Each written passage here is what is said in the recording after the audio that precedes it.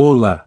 Seja bem-vindo ao canal Mental Impulse. Se você está aqui, significa que você quer ser melhor, individualmente, financeiramente e socialmente.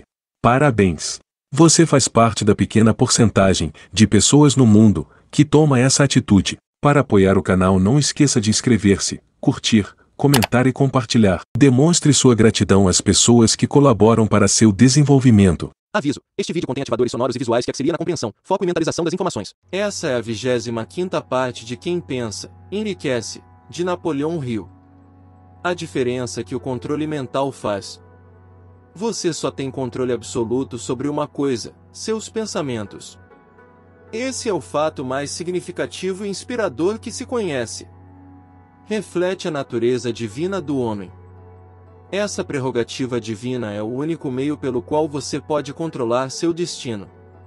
Se você não conseguir controlar a mente, esteja certo de que não pode controlar mais nada. Se tiver de ser descuidado com suas posses, que o seja com relação às coisas materiais. A mente é sua propriedade espiritual. Projeta-a e use-a com o cuidado que a propriedade divina merece. Para isso lhe foi dada a força de vontade. Infelizmente, não há proteção legal contra os que, intencionalmente ou por ignorância, envenenam a mente alheia, por sugestão negativa. Esse tipo de destruição deveria ser punível por meio de pesadas penalidades legais, porque pode e o faz muitas vezes destruir as oportunidades de alguém adquirir coisas materiais, protegidas por lei. Homens de mente negativa tentaram convencer Thomas A. Edison de que não saberia construir a máquina capaz de gravar e reproduzir a voz humana, porque, argumentavam, ninguém tinha jamais produzido tal máquina. Edison não lhes deu crédito. Tinha certeza de que a mente poderia produzir qualquer coisa que concebesse e em que acreditasse. Foi isso que elevou o grande Edison acima do rebanho comum. Homens de mente negativa disseram a F.W. Wolfowitz que iria à falência, tentando dirigir uma loja dos R$ 2.000. Não lhes deu confiança.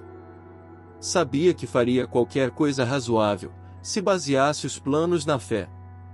Exercendo o direito de impedir que sugestões negativas alheias lhe penetrassem a mente, empilhou uma fortuna de mais de US$ 100 milhões. Gente incrédula zombava, com desprezo, de Henry Ford, quando esse experimentou o primeiro automóvel, rusticamente construído, nas ruas de Detroit. Alguns afirmavam que a coisa nunca se tornaria prática. Outros diziam que ninguém daria dinheiro por uma geringonça daquelas. Ford proclamou: cercarei a terra de automóveis seguros. Foi o que fez. Para beneficiar os que procuram vastas riquezas, que seja lembrado que a única diferença entre Henry Ford e a maioria dos que trabalham é essa: Ford tinha mente e controlava-a. Outros as têm, mas não tentam controlá-la. Controle mental é resultado de autodisciplina e hábito. Ou você controla a mente ou ela o controla. Não há meio termo. O método mais prático de controlar a mente é o hábito de manter-se ocupado, com propósito definido, apoiado em um plano definido. Estude a história de qualquer homem que tenha alcançado sucesso notável e observará que ele tem controle sobre a mente, além de exercer o controle e dirigi-lo para a realização de objetivos definidos. Sem esse controle, o sucesso não é possível. Você usa esses álibis. As pessoas que não obtêm êxito possuem um traço em comum. Conhecem todas as razões do fracasso e têm o que acreditam ser álibis incontestáveis para explicar sua falta de realizações. Alguns dos álibis são inteligentes e há os que se justificam pelos fatos. Mas álibis não servem de dinheiro.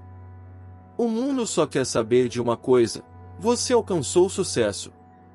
Um analista de caráter compilou uma lista dos álibis mais comumente empregados. Ao ler a lista, examine-se cuidadosamente, determinando quantos deles são propriedade sua. Lembre-se também que a filosofia apresentada nesse livro torna qualquer desses álibis obsoleto.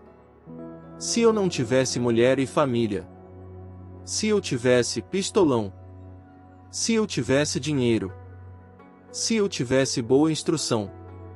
Se eu pudesse arranjar um emprego. Se eu gozasse de boa saúde. Se eu tivesse tempo. Se os tempos fossem melhores. Se os outros me compreendessem. Se as condições que me cercam fossem diversas. Se pudesse viver minha vida novamente.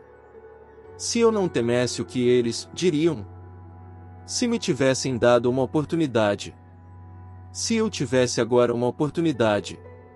Se não implicassem comigo. Se nada acontecer que me impeça. Se eu fosse mais jovem. Se eu pudesse fazer o que quero. Se tivesse nascido rico. Se pudesse encontrar as pessoas certas. Se eu tivesse o talento que alguns têm. Se eu ousasse me impor. Se eu tivesse aproveitado oportunidades passadas. Se as pessoas não me enervassem. Se eu não tivesse de lidar com a casa e com as crianças. Se eu pudesse economizar algum dinheiro. Se o patrão me desse valor. Se eu tivesse alguém que me ajudasse. Se minha família me entendesse. Se eu vivesse numa cidade grande. Se eu pudesse começar. Se eu fosse livre. Se eu tivesse a personalidade de algumas pessoas. Se eu não fosse tão gordo. Se conhecessem meu talento. Se pudesse conseguir uma oportunidade. Se pudesse saldar minhas dívidas. Se eu não tivesse fracassado. Se eu soubesse como. Se todos não fossem contra mim. Se eu não tivesse tantas preocupações. Se eu pudesse me casar com a pessoa certa. Se as pessoas não fossem tão tolas. Se minha família não fosse tão extravagante. Se eu tivesse mais confiança em mim mesmo. Se a sorte não estivesse contra mim. Se eu não tivesse nascido sob signo errado. Se não fosse verdade que o que tem de ser, será. Se eu não tivesse de trabalhar tão arduamente. Se eu não tivesse perdido dinheiro. Se eu morasse noutro bairro. Se eu não tivesse um passado. Se eu tivesse um negócio só meu. Se os outros me ouvissem. Se esse é o maior de todos, e se eu tivesse a coragem de me ver como sou realmente, descobriria o que há de errado comigo e me corrigiria. Poderia então ter oportunidade de lucrar com meus erros e aprender algo da experiência alheia, pois sei que há algo errado comigo, senão estaria agora onde estaria se tivesse passado mais tempo analisando minhas fraquezas e menos tempo criando álibis para encobri-las. O hábito fatal ao sucesso. Criar álibis para explicar o fracasso é passatempo nacional.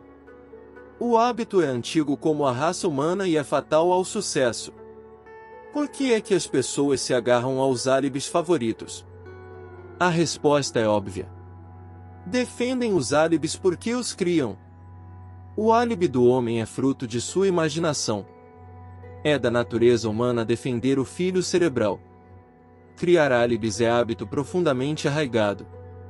É difícil romper hábitos, especialmente quando são uma justificativa de algo que fazemos.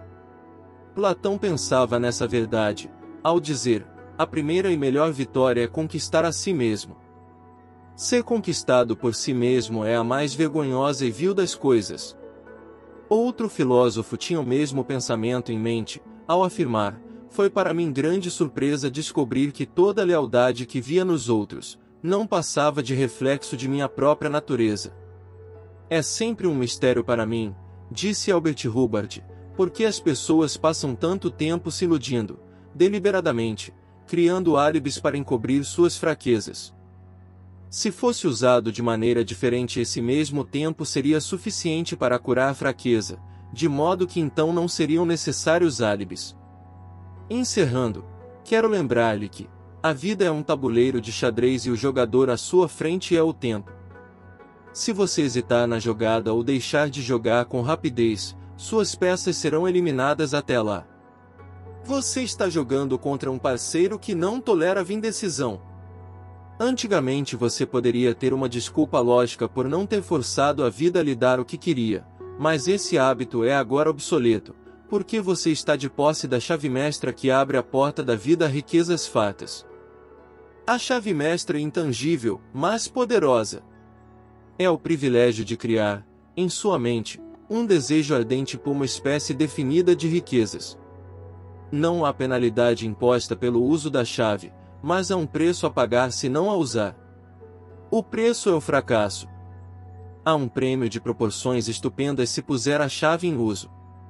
É a satisfação que atinge aos que conquistam a si mesmos e forçam a vida a pagar a que lhe pedem.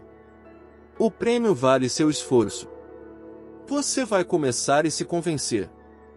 Se tivermos afinidade, disse o imortal Emerson, encontrar-nos-emos. Ao terminar, lanço mão do seu pensamento para dizer, se temos afinidade, então já nos encontramos, através dessas páginas. Pontos a fixar. Temores são comuns e alguns até justificáveis. Mas há os que podem lançar raízes e crescer sem que você o perceba, a não ser que se livre da indecisão e da dúvida, que semeiam as sementes do medo. Os álibis que usar dizem muito a seu respeito. Nenhum álibi deve detê-lo, enquanto você segue a máxima, pense e enriqueça. Você reúne riquezas em dinheiro, e riquezas incomensuráveis em dinheiro, embora o dinheiro o ajude a encontrar felicidade, vida longa, diversão, paz de espírito. O mais valioso de todos os tesouros, a boa saúde, pode ser seu se dominar o medo e se livrar das doenças que pode trazer. Os mais deslumbrantes tesouros estão à sua espera, para que estenda as mãos e os alcance. O homem sem temor vence nos horizontes longínquos. Para a continuação do livro, acesse o próximo vídeo, na playlist Quem Pensa, Enriquece, Napoleão Hill. Para apoiar o canal, não esqueça de inscrever-se, curtir, comentar e compartilhar. Demonstre sua gratidão às pessoas que colaboram para seu desenvolvimento.